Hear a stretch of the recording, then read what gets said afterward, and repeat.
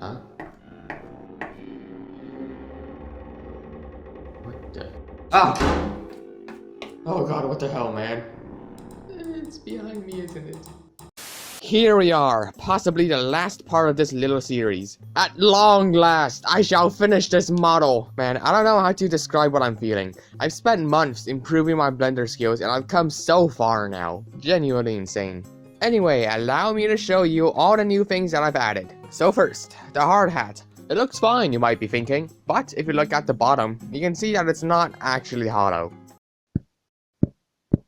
Okie dokie, should be an easy fix. Oh good lord, this model is beyond saving. Then the hard hat flew to the heavens, never to be seen again. Completely remade that and punched a hole on the bottom so that you can actually put it on without violating the laws of physics. Stop, you violated the law of physics! After I did that, I found out about this method of making mouths called the sonic mouth or something. The video I saw is by the guy who made this absolutely insane sin model, so it has to be good, right? I think they did a wonderful job explaining this, so I won't talk about it much, and there will be a link in the video description. So anyway, I did all of the steps and I ended up with this new mouth. It works by shrink wrapping a copy of the mouth onto another duplicate mouth and moving points on the mesh. The results I got were really fantastic, and I think it looks better compared to my Boolean mouth rig. Unlike mine, this one has smoother lip thingies, but just as I was about to switch to using this, I discovered that this kinda sucks at making the large manic smiles that the drones like to do. This is pretty much as close as I could get. It looks fine, I guess, but it's not quite unhinged enough for me. This method also causes a plethora of creases to spawn on the face. It could just be due to my typology. Actually, it probably is my typology. But I've already spent a few hours on testing this, and I need to move on to something else. Maybe in a future smaller update, who knows. So if you guys have seen my posts, you'll know that I've managed to create bending eyebrows that aren't just limited to up or down. By the way, go check out my posts once in a while. I show a few progress updates when I feel like I've gotten a lot done. This is a pretty huge improvement to my previous eyebrow rig. And remember in the last video when I joked about the eyebrows being in cursive? Yeah, you can do that now. You can do this by creating a lattice around the boolean cubes and adding the lattice modifier. Make sure to also add some loop cuts on the cutter cube. Don't add too many though, cause more loop cuts means more chances that the boolean will fail and just start flickering like crazy. Just add the bare amount of edges and the flickering should not appear, hopefully. Next, set up your bones on each point of the lattice and hook the lattice points onto the bones by pressing Ctrl H. I'm out of breath. And there you go, we're all done. Quick, right? It's a lot easier to make than my last version. I was kinda tired of working on the face, so I took a look around the model and decided the fingers could use a bit more work.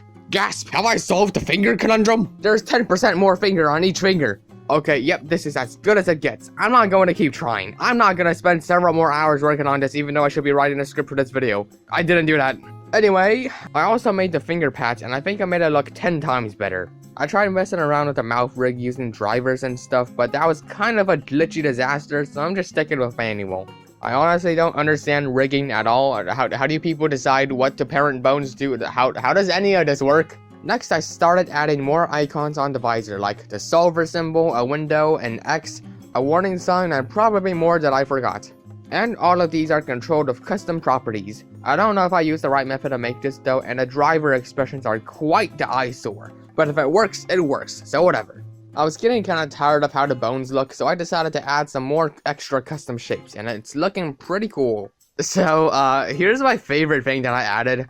I made a freaking tongue and it looks so unbelievably cursed, I'm cackling right now. What the actual hell? This is so silly, oh my god. You can also see inside the head when the mouth opens, so I added a black wall on the inside. Wow, it's empty in here, just like mine. I also started to add some text on the visor, so things like the fatal error message, and some text where you can type whatever you want in. I went looking for fonts and I found that these fonts, I'm not going to attempt to pronounce these, I suck at names, look the best. Both are Google fonts, so they're all free to use. And the last thing I was going to do was to remake the palm again because it looked too round.